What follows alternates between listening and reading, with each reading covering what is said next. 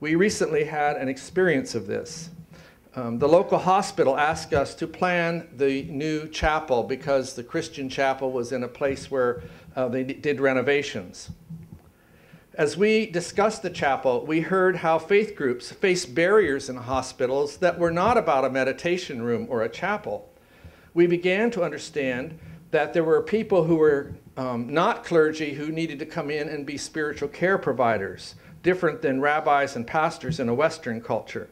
And we learned that every single one of the faiths wanted a room where people could die without too much medical attention, that we could accept death, and that death would occur in a room where the nurses were available but weren't constantly called in or constantly doing things. All of our faith communities helped to plan the meditation room, and all of us asked if we could have a room where people could die in peace and where the family or the religious leaders could be there with the body after death to either wash the body or let the spirit leave the body or whatever.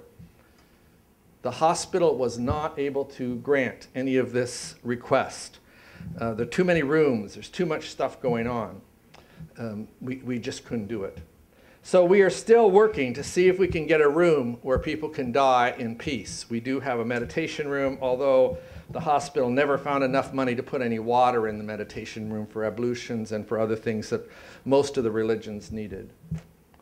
Henry Nouwen says a way to overcome this, which I found very complimentary to Gulen, is that we need to see ourselves as hosts and guests, and when we meet together, the guest and the host diminish the power differential between the two of them, and you can't distinguish between the guest and the host when the conversation occurs.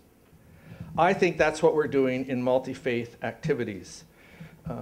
Because one of the examples that is our last meeting of Interfaith Grand River in Waterloo Region. We as faith communities, and I mean the whole spectrum of faith communities, have been working on crime prevention, restorative justice, anti-bullying, and building good, diverse communities, even working as chaplains from many different communities in the Grand Valley Institution, which is a prison for women in our area. We are committed to a different set of priorities than the current federal government, which is tough on crime and ready to build more prisons in Canada, even though we know it didn't work in the United States. They might not know it, but some of us know it. So we had a woman bring a situation where a prisoner had had a baby, and the baby was taken away from the mother because the mother needed to be punished. And if they allowed the mother to have her baby, then she wouldn't be sufficiently punished, and the baby was therefore put into foster care. 4 out of 6 of us around the table for Interfaith Grand River had worked in the prison in one way or another. We knew that there were women in cottages in the prison who had kept their babies. And we knew that that not only was good for the mother, it was good for the rehabilitation of all the women in the prison and all the women in the cottage. So together, this Interfaith Steering Committee, and we had a fairly intense meeting around this and several other issues, have decided that we will expose this situation of suffering together in any way we possibly can. We do not yet know how. Though we're planning the next dialogues for Interfaith Grand River, we become a dialogue of action and a dialogue of life. One member said we were like a family. Another member commented on the tremendous emotional, intellectual, and spiritual energy that was in the room as we discussed this mother and her baby. We were united around suffering of the people of our world. We were Sikh, we were Muslim, we were Buddhist, we were Unitarian, we were Jew, and we were Christian. And we want to break that suffering for this woman and for other people at the prison. I will say again, in Turkey, it's my understanding that the majority of the people, the vast majority, are Muslim. In Waterloo Region, we are 80% Christian, with a growing number of people who claim no religion, as well as a growing number of people from other faiths besides Christianity. The culture of my community supports my faith. Unfortunately, it doesn't yet support Islam in the same ways. But because we work together and because we've overcome some of the power differentials between the two of us, We want to find a way that Islam is as welcome in the Waterloo region as is Christianity or the Mennonites, who sometimes are a nostalgic bunch or whatever. We're cute. Anyway, so my question is, how can we as faith communities eliminate the suffering which is often caused by the forces of materialism, greed, individualism, capitalism in our community?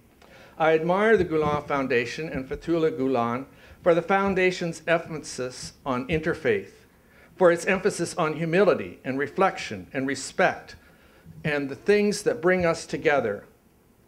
It has broadened my understanding of Islam and the current issues within Turkey by being connected to the Gulen, and it has helped me to take away the blindness of my own culture as I see parallels and differences in Turkey and begin to think of new situations for Waterloo region. I believe it opens the eyes and ears of Turkish people to the insights of Christianity when we visit. We all begin to see the universal. We find a deeper truth than we know without interfaith diversity. Our own faith is deepened as we have friends of other faiths. But even more, we participate in a dialogue of life and action where we are relieving the suffering of others and creating a more just and ecological world. Thus, we need to work.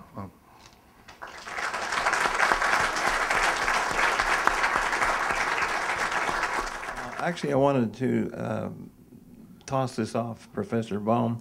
When he discussed the comparison of Islam and Christianity, especially regarding science, I had hoped he would have touched upon the fact that the Islamic groups were actually ahead of us in pre-1000 AD. At a time when the Dark Ages was still on in Europe, there was a slight light coming out of Rome, not exactly pro-science. But when you go over to the Moorish Spain, they were very well developed. And they finally got booted out by the king and queen of France and Spain. So what I would like to have known, what caused the backward trend from a nation or a culture, you might say, that had forwarded mathematics, hygiene, sewers, street lights. The Jews were treated equally. They did the translation of the Alexandrian text that were brought in across northern Africa, and the Christians were treated, as far as I know, quite equally. They didn't have to attend the mosque, but they had to pay taxes. I just hope that you had touched upon that. Why did this all change? Yeah. I'm not an historian. I can't answer this. I think there is a literature about this. There are different arguments. What was it that led to the decline? Muslims think about this and write about this. I can't answer this question, but you're quite right.